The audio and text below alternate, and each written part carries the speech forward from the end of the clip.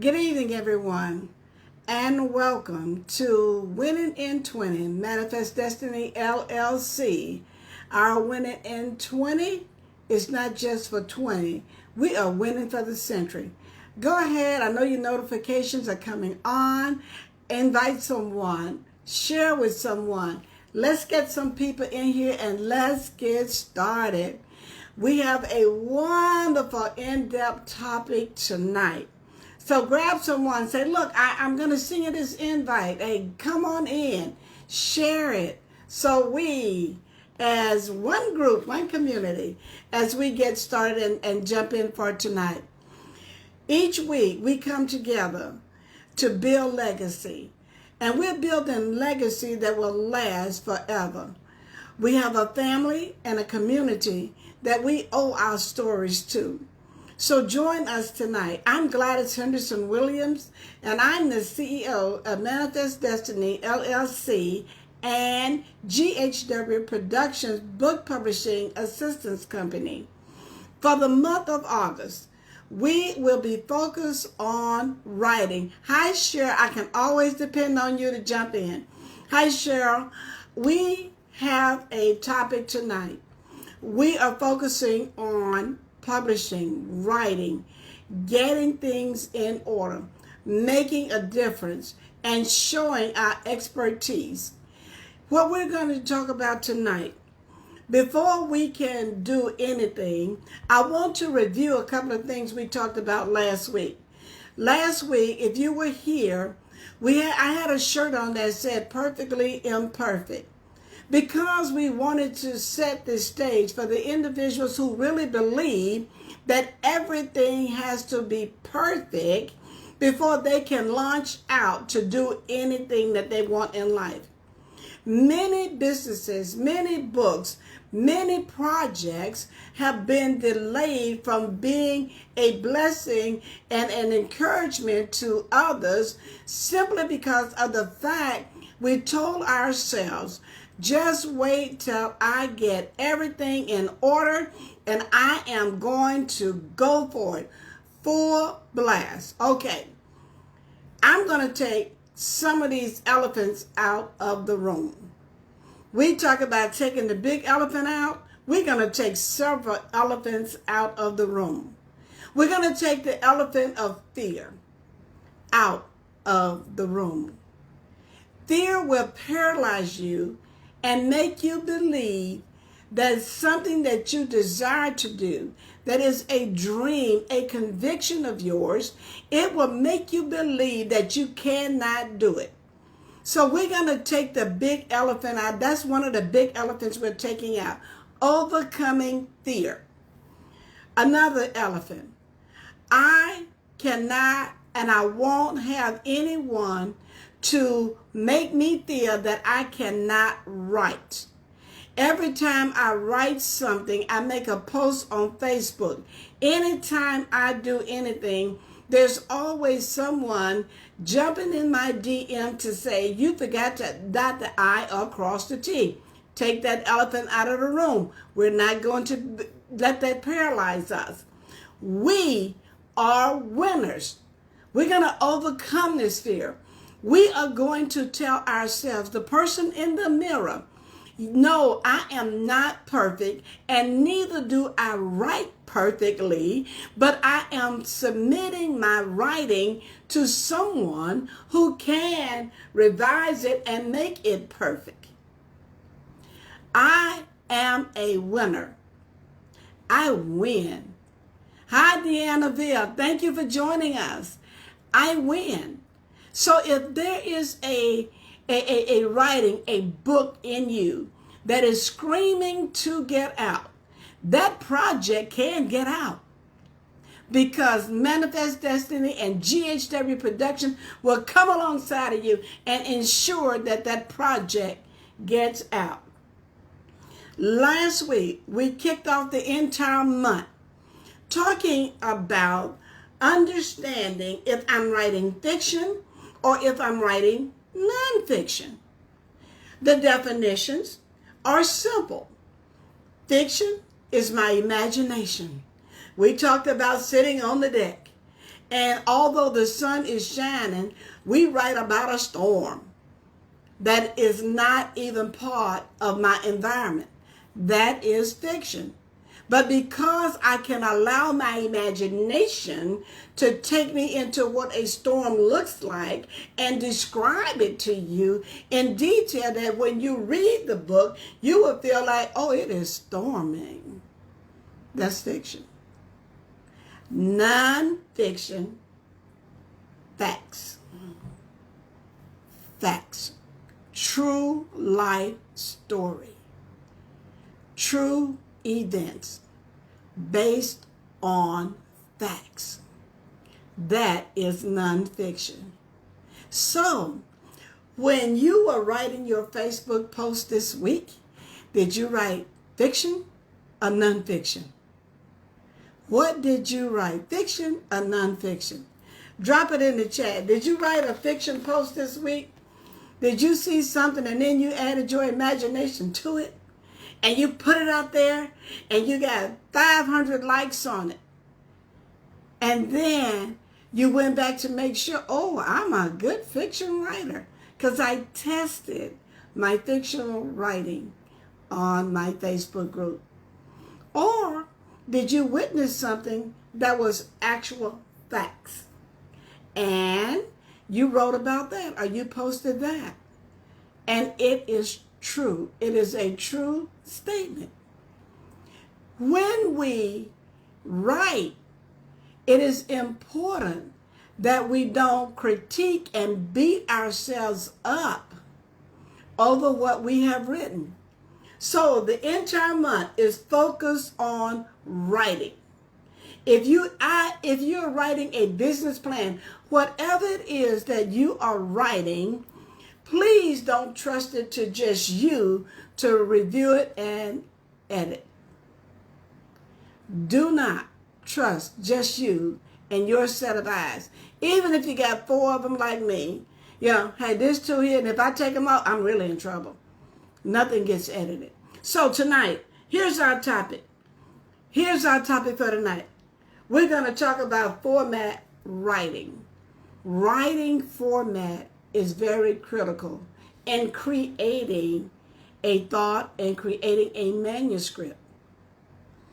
When we write, I'm going to give you some very pointed things. So get your pen, get your paper out. Let's jump in.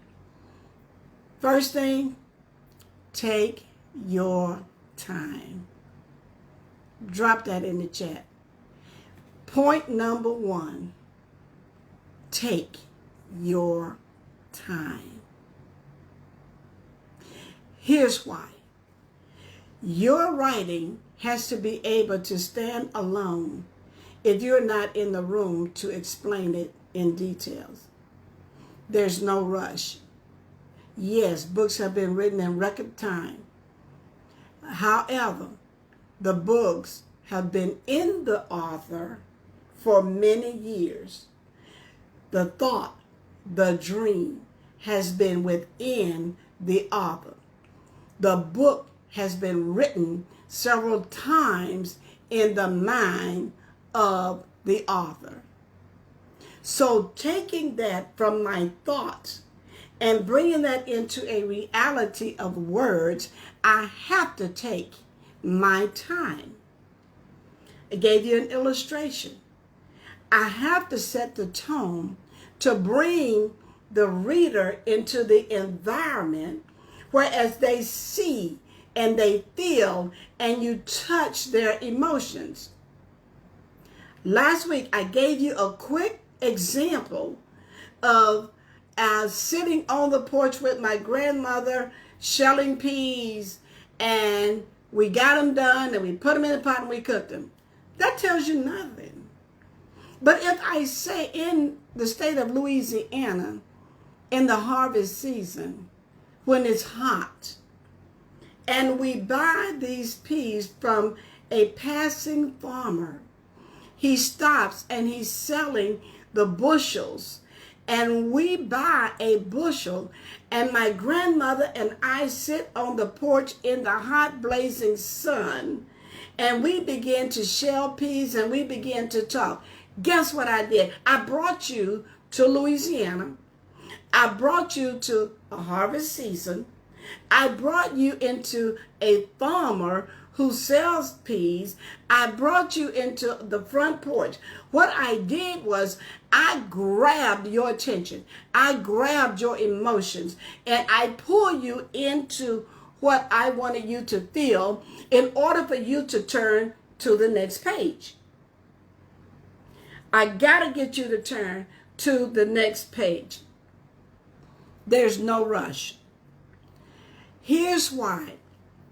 We look at a book and we go from page to page to page, and it pulls us in. And we want our thoughts and ideas to be one that they will read from the front to the end. If we don't understand how to put the format in place, we will cause our editors great grief. All right, for my perfect people, we took the elephant out of the room. You're going to have some misspelled words when you are typing. Here's where you start. Word. Create your writing, your manuscript, your project in Microsoft Word. Not a PDF, not a PowerPoint. Please don't try to create a manuscript in Excel. Number 2, create the project, the manuscript in Microsoft Word. Here's why. It makes it a lot easier to edit. Word in Microsoft is a project. It is a placeholder. It is equipped to make edits. It is equipped and set up so that when you get ready to go back and look at it, Word is the place that you want to use. So we're going to start with Microsoft Word. That's your number 2.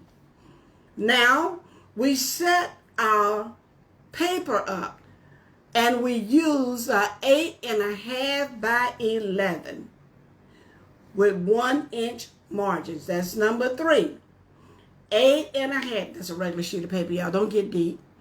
That is a regular sheet of paper, 8.5 by 11. Do not try to format that into the size of the book that you want to publish. Create it. Set your margins, 1 inch. Set your spacing, double space.